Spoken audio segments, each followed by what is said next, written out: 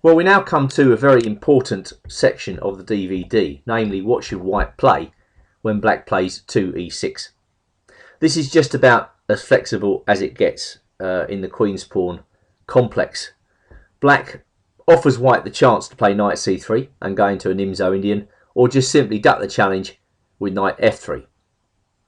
Well, I'm going to propose that we play knight c3, mainly because it fits in better with our repertoire should black play 3d5. I mean, black is keeping his options open here.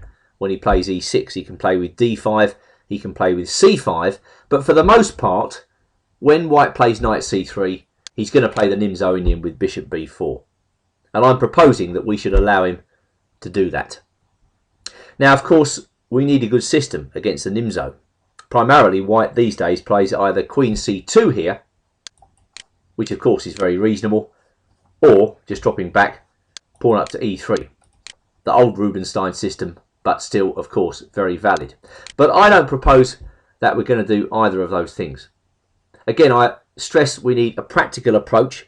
We need to angle for systems which have some sting to them, but which are going to work for you better than your opponent, because you will have studied the positions arising from them more than he will, or at least that's the idea. So I think we are going to go back to an old-fashioned line here, queen to b3. A move which in the theory books isn't really given very good coverage, and which it's thought that black can easily equalise against. Well, in that case, let me show you a couple of games by Grandmaster Milanyuk to start this investigation, to prove perhaps that it is not so easy. The first main difference between queen b3 and queen to c2 is, of course, white's attacking the bishop, and this limits black's reply. So in the game Milanyuk versus Averkin, played in the Russian Cup in Krasnodar in 1997, black played c5, and white took that pawn. Knight comes out to c6. Alright, this is very much one of the main lines. And now Milanyuk played bishop g5.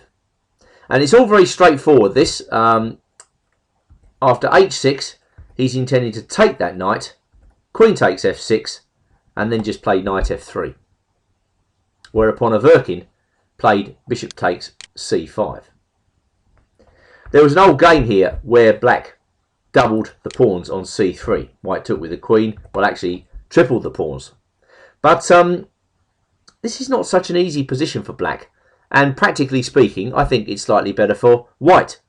Indeed, in the game Akopian versus Yudashin, Dos Hermanos 1992, black already felt compelled to sacrifice a pawn with b6.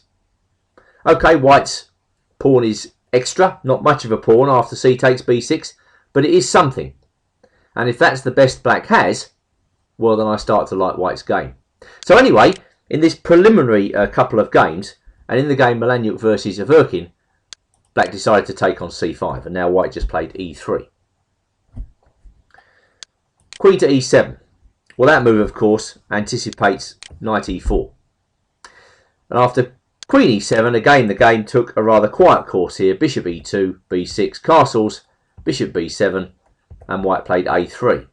It doesn't look as though white is getting very much here. But white's position is very harmonious, and Milanyuk's next couple of moves reveal his plan. Now, Grandmaster doesn't go into an opening system like this without having a middle game plan.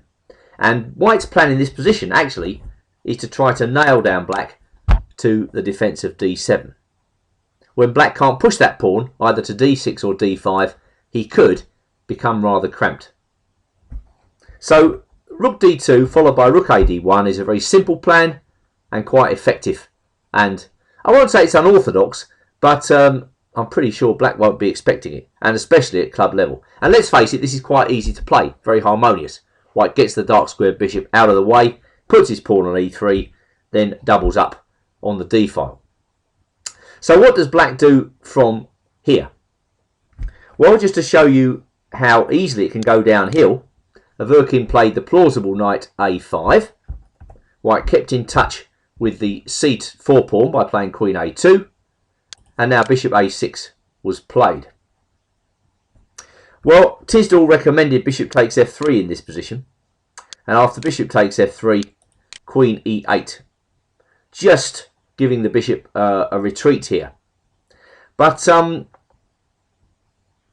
well, I think white is still much better in this position. Just dropping back. If black decides to sacrifice a piece here, let's say with knight takes c4 and then bishop takes e3, it's worthwhile noting that rook takes d7 is pretty strong. So going back to the game, black played bishop a6, white played b4, black took on e3 and he took on c4. He obviously felt that he was getting compensation for the piece by playing in this way, but rook d3 covered all bases. After a5, white played queen b3, black took on a3, another little trick, but white was alert to the possibilities. He took on a5 and then a beautiful move, knight d5. I think black completely overlooked this move, devaluing the black pawns and forcing an easy winning position after e takes d5, queen takes a3. And so almost from nowhere, white has conjured up a totally won position, so Averkin resigned.